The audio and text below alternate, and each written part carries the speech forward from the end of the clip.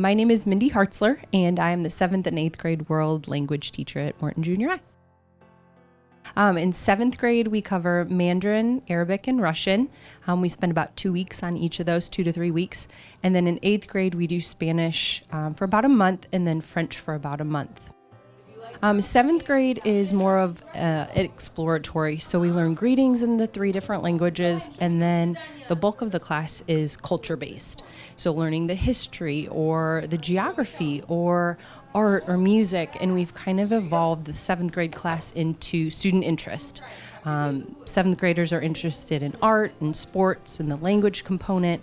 They do a lot of current events and cultural studies of kids their own age. Research shows that this age group, they like to do things, they like to learn things by doing and experiencing them. We have a chopstick day in our Mandarin unit where they learn how to use chopsticks. They try new foods. Our food days are always a fan favorite. And then in 8th grade, it's more language-based because Spanish and French are what they offer at the high school.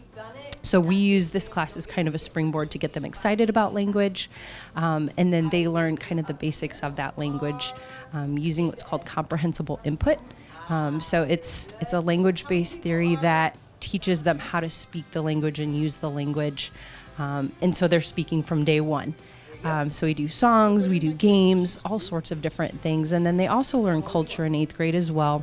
So 7th grade, about 20% language, 80% culture, and then it switches for 8th grade. It becomes more 80% language and 20% culture. They also get to go on virtual field trips. So our school has a class set of VR headsets. So they'll see the Great Wall, and then they'll get to experience flight through a fireworks festival in a drone. So they're kind of flying through there.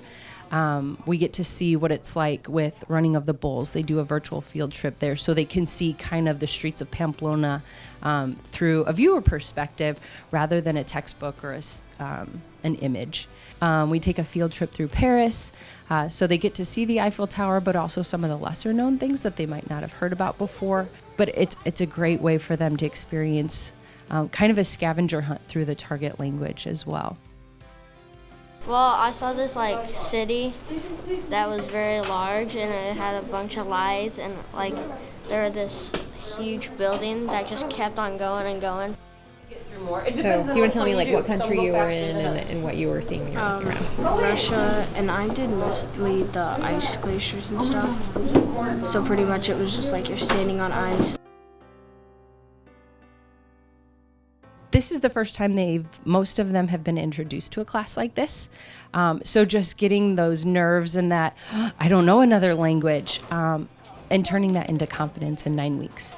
I am a springboard class to the high school, and hopefully beyond that to not only learn another language, but to travel and meet new people. I want them to be confident enough to approach another student that speaks another language.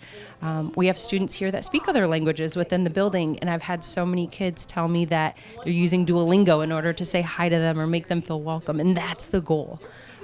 It's not just, I want to study this in a classroom. I want them to feel confident and excited about the world around them. So exploratory, content-based, but also just start a passion for something bigger than themselves.